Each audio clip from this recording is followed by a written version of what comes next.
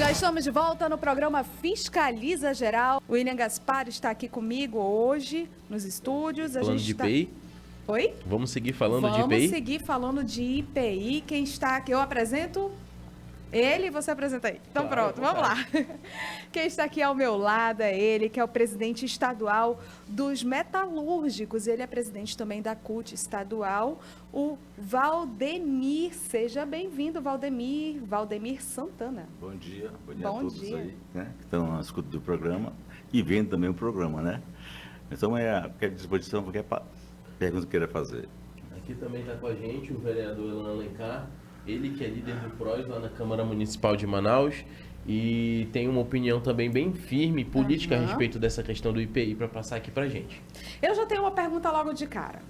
O senhor, como presidente estadual dos metalúrgicos, com essa redução do IPI, já começou a afetar o índice de desemprego aqui no Amazonas? Essa questão do ataque do governo federal ao estado do Amazonas não começa agora. Começa desde que ele assumiu o governo. Nós da CUT já alertamos isso. Né? Ele vê a questão do concentrado, que desempregou várias pessoas de Maués, ninguém falou nada, certo? Aí depois veio a bicicleta, que ele queria a bicicleta de fibra de carbono. Quem pode comprar fibra de carbono, uma bicicleta? É a elite dele.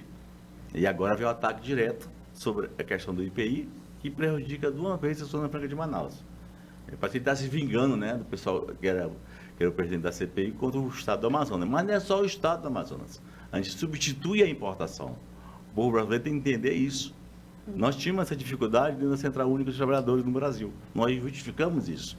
Então, nós aqui, quando eu apelo, tem um vereador Cobeira aqui, os vereadores, os 42 vereadores, têm que ir para a rua junto conosco. Os 8 deputados federais estão se escondendo, né? Só tem um. E os 3 senadores têm que ir para a rua também conosco. E a população, porque esse governo federal, que eu não gosto de dizer o nome dele, ele é maluco, só pode ser maluco. Porque a Zona Franca emprega em Manaus 500 mil pessoas. Por mais que tenha 100, mas provoca 500 mil pessoas, que tem o padeiro, que tem a pessoa que planta o cheiro verde. Né? E no Brasil, mais do que aqui. Cada emprego nosso aqui é 7 lá. Lá é 700 mil no Brasil. Então ele é meio maluco mesmo. É uma posição do ministro da Economia. Você imagina que já fechou 3 fábricas de automóveis no Brasil? A Ford, porque ele quer entregar nosso país, como ele entregou a energia do Brasil, o petróleo do Brasil. Então, essa é uma questão que estamos alertando. E em Manaus, né, vamos ter que sair dessa, viu, copeiro vereador? Eu não sei, desculpa, eu não sei o teu nome, mas eu estou apelando. Eu falei para o Sassá, que ele é do nosso partido, tá certo? Para ele falar isso. E não cabe só a nós. Não cabe só a nós, cabe toda a sociedade amazonense e brasileira. Porque se não tiver emprego em Manaus, a gente vai fazer o quê? A gente vai cortar madeira. Vai ser um novo Porto de Lenha, lá de trás da época da seringa, né? Então, nós aqui temos que fazer. Então, eu agradeço a imprensa que está divulgando isso, viu? E é só vocês mesmo que divulgam. Que nós temos senador que está sumido aí quase 4 anos e não aparece. Tá certo? Então, essa é uma situação que nós temos que ver. Quem é quem que defende os trabalhadores? Quem é o senador que está sumido aqui? Eu não vou dizer o nome, tu sabe que é o Plínio, né? E agora que ele apareceu. Né? Então, essa é uma situação bem clara que nós queremos aqui. Com a força de todos os políticos que foram eleitos para defender o estado do Amazonas, defender o município de Manaus, o município de 72 municípios. Nós estamos pedindo, apelando a esses companheiros para isso. Se somar os vereadores todos de Manaus, dá para fazer um grande exército, né? É isso que nós queremos. Obrigado a todos aí. Mas assim, vamos voltar. E já começou o desemprego já está Você aparecendo? tem ideia, Depois nesses 3 anos, né, que eu não sei nem quem é quem foi os surpreendentes da Suframa. Não gerou emprego nenhum. Ao contrário, para gerar emprego aqui em Manaus, tem que ter o PPB. O governo federal não faz o PPB. O ano passado, nós perdemos 1.300 funcionários, só das fábricas de fabricação de LED. Quem lá em São Paulo não precisa ter PPB. Faz e pronto. Né? Essa é uma situação que está. Você pode pegar os dados, quantos empregos foi gerado lá na Suframa, nesse governo para cá? Nenhum. E aí os que estavam seguros a fazer, não vão fazer mais nada. Agora, os empresários brasileiros têm que ficar atentos a isso, porque o dono das empresas de fora, da Honda, da Samsung, não estão aqui, estão lá. Eles podem ir para o México ali. O México não tem maquiação total, aqui produz. Porque na época que nós denunciamos a maquiação, né, a pessoa pensava que era para maquiar, não era, nós denunciamos isso aqui. Eu acho, não era nem nascido ainda você. Com certeza né? não. Nós brigamos por isso. Né? Na época era o Ricardo Moraes, deputado federal. Que era maquiação, que não é maquiação, que para produzir, para ganhar um incentivo fiscal, tem que ter emprego. Né? Tem o PPB, o pessoal não sabe, pensa que é número de partido, viu? Mas é o processo produtivo básico que tem que fazer. Então é importante a sociedade saber disso. Tá? Vereador, eu queria aproveitar. Desculpa te interromper. Eu ia falar com ele também. Eu queria aproveitar a oportunidade. Nossa bancada federal, ela tem, alguns nomes têm atuado em relação a isso, né? E como o presidente bem falou, parece que o presidente Bolsonaro ele está retalhando o Amazonas em função da oposição que ele tem dos senadores, né, lá no Senado, dos senadores do Amazonas. Por que você acha que o presidente tem tido esse tipo de ação contra a Zona Franca de Manaus? Bom dia a todos os ouvintes e a turma também que vai nos assistir através das redes sociais. Bom dia, Valdemir Santana. Eu, já há um pouco mais de 40 dias, fiz um pronunciamento na Câmara Municipal de Manaus sobre justamente isso, William. Porque o nosso capital eleitoral do nosso norte do país, ele é muito baixo, né? Você imagina que enquanto o Sudeste tem 43% da densidade de eleitores de todo o país, nós aqui do norte, não só Amazonas, eu falo norte, a região norte dos países que contemplam, inclusive, a questão da Zona Franca, né? De Manaus, mas cabe ali o Acre, cabe o Pará, cabe os estados aqui do norte do país. Representa 7,83%. Quando a gente traz isso especificamente para os empregos de Manaus, os mais de 100 mil diretos e os 500 mil indiretos, né, você imagina que o Sul e o Sudeste ele acaba sendo muito maior, porém, o que acontece? Lá eles não têm a Zona Franca, lá eles não têm a floresta, que nós preservamos, né? Então, quando o presidente aqui, Valdemir, fala sobre o trabalho que nós, enquanto vereadores, estamos fazendo, na casa tem um parlamentar, que é o vereador Sassá, que sempre, todo dia, está falando sobre esse assunto. Nós estamos acompanhando ele sobre esse assunto.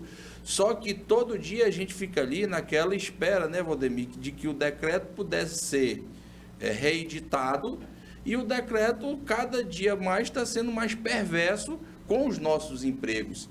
Então eu não tenho, enquanto parlamentar, o viés político, não.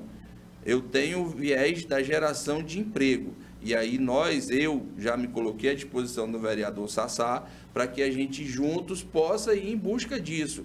Agora, quem milita sobre o tema, que no caso é toda essa turma que já vem aí, o senhor já tem quantos anos dessa luta? Mais de 30 anos dessa luta, né, Valdemir? Então, assim, existe o conhecimento de causa, existe os ganhos partidários, existe os ganhos trabalhistas, que eu não fiz parte disso. Então, quando a gente luta por um sistema, como é o caso deles, em relação aos trabalhadores, a questão de geração de emprego, que fizeram parte durante 16 anos aí do governo do PT, eu não fiz parte disso, eu era ainda coadjuvante. Só que hoje eu tenho os meus ideais, hoje o que é busca de emprego, eu sou do interior, eu venho de uma região que parte do recurso da Zona Franca, por exemplo, da Coca-Cola de 1%, quando eu vejo a UEA no interior, eu vejo a presença do recurso da Zona Franca, né? Quando eu vejo que, de repente, através do IPI, a gente vai perder a arrecadação dos municípios que já são pobres, isso vai ser trágico, porque não tem outra fonte de renda. Aí a gente vai ver aquela história do roncar dos motosserras para sobrevivência, autossobrevivência, porque o caboclo vai viver do quê? Daquilo que ele produz. Ele não tem uma geração de emprego através da Zona Franca, e aí, infelizmente, aí eu não vou entrar no viés político da coisa, mas eu entendo que o ministro Paulo Guedes, ele é o inimigo número 1 desde o primeiro dia da sua gestão no governo federal. Alguns parlamentares nossos lutaram contra isso, só que aí fica aquela história da massa. Você pega uma rede social forte, as milícias sociais fortes, e aí, infelizmente, alguns políticos eles se acuam por conta desse embate, né? Então, aí vem a história toda aí que o senador Omar Aziz na CPI, aí fica o estado do Amazonas e ele não vê que o estado do Amazonas ele é um estado extremamente equilibrado. Aqui nem o ex-presidente Lula dispara e nem o Bolsonaro dispara. Ou seja, existe um empate técnico que, no final das contas, só quem perde é o trabalhador, né? Então, eu fico muito triste, preocupado com isso. É um tema, assim, que me deixa muito triste, porque quando aconteceu aquela situação dos concentrados, aquilo ali já foi uma bomba, né? Você perdeu aqui a Pepsi, eu tinha colegas... E pouco foi falado, né, gente? Eu tinha colegas aqui que estavam trabalhando, tinham uma vida legal e, de repente, o William, perdeu o emprego, né? Aí tem que se reinventar porque ele estava num tipo de linha de produção e aí não tem... Você saiu, o mercado não está contratando, então são essas coisas. Mas o meu posicionamento é isso. Nosso capital político, eleitoral é baixíssimo, em detrimento, por exemplo, a gente pode ganhar sim, e eu acho que ele é constitucional e nós vamos ganhar essa disputa no Supremo. Porém, qual é a situação do presidente? Ele vai dizer, olha, Sul-Sudeste, eu tentei e o Supremo derrubou, aí a culpa já é do Supremo, mas ele vai dizer assim, eu tentei, né? Eu fiz a minha parte e o Supremo derrubou. Então, acaba aquele jogo. No meu entendimento, isso vai acontecer. Os empregos, pela questão constitucional, vão ser assegurados.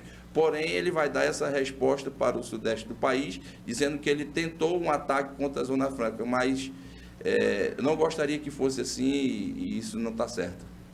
William? Presidente, eu queria perguntar para o senhor, já para a gente ir a caminho do fim, o que o senhor espera, né, da reedição, da ação do STF nesse decreto, nessa ação que o governo do estado está entrando agora, com o apoio da Câmara, o apoio do governo federal? O que o senhor espera da nossa bancada federal e como é que o senhor acha que os empregos podem ser mantidos caso não haja uma vitória no Supremo? Não, eu acho que nós vamos ganhar com certeza. Isso já aconteceu aqui no nosso estado, né? Lá atrás o ex-governador fez o Amazonino e nós ganhamos. Tá Ele certo? já tinha entrado. Tá certo? Fica bem claro isso. Na época do Agora é para mim, Henrique. porque o governador do estado ele foi eleito para resolver os nossos problemas no nosso estado. Antes de ele ser, ele foi eleito no partido, depois foi para outro partido. Troca muito de partido, pessoal. Tá certo? Agora está se escondendo, porque eu falo isso faz 2 meses. Faz 2 meses. E dizendo ele que vai entrar hoje. Mas nós da CUT, nós podemos entrar com ação a nível nacional. Nossa representação é nacional. Não dá para acontecer o que está acontecendo aqui. Colocando os trabalhadores entender que não é só nós trabalhadores. Se entender, nós temos 270 mil alimentação por dia em Manaus. Só no distrito. De onde é que vem a farinha? Né? De onde é que vem o peixe? Ainda vem de Rondônia. Mas o pessoal já está investindo aqui. Dizem que não tem desenvolvimento? Tem sim. Vários governadores fizeram cada um pouquinho. Mas falta fazer mais. Não dá para vir Cheiro Verde lá do Acre, né? Não podendo fazer aqui. Né? Então, nós estamos lembrando isso tudo. Ontem eu falei com o presidente nacional da CUT. Se o governador não fizesse hoje, nós vamos fazer. Sim. Mas eu peço para todos os nossos políticos que foram eleitos para defender os trabalhadores, saia do buraco. Para defender os trabalhadores. Saia do buraco. Que é brincadeira. Nós vamos divulgar os outdoors, quem é contra nós aqui. A CUT vai fazer isso. Então, nós temos 11% da água doce do mundo está aqui. Tem uma nossa floresta que o vereador falou. Então, nós temos muita coisa. Eles não têm nada. A vida da gente é sobre o nosso oxigênio e a nossa água doce. Né? Nós temos muito para fazer. Falta os nossos políticos começar a discutir isso. Não é crédito de carbono, tá bom? Obrigado pela convite.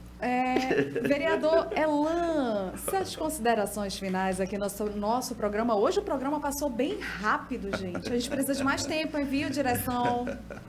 Então, assim, gente, obrigado aí. Sempre será um prazer participar aqui com vocês. É um tema muito complexo. Na minha cabeça é só isso, sabe, Valdemir? É que nós não temos uma densidade eleitoral de voto, né, para poder a gente fazer frente a quem tem. Então, hoje, infelizmente, tanto o presidente como a nível nacional, ele está atrás de voto, né? Atrás de voto. Em detrimento, a nossa questão aqui, da Zona Franca de Manaus, ele vai atropelar, infelizmente, porque ele quer atender. A falta de emprego, a geração de emprego está em todo o Brasil, em todo o mundo.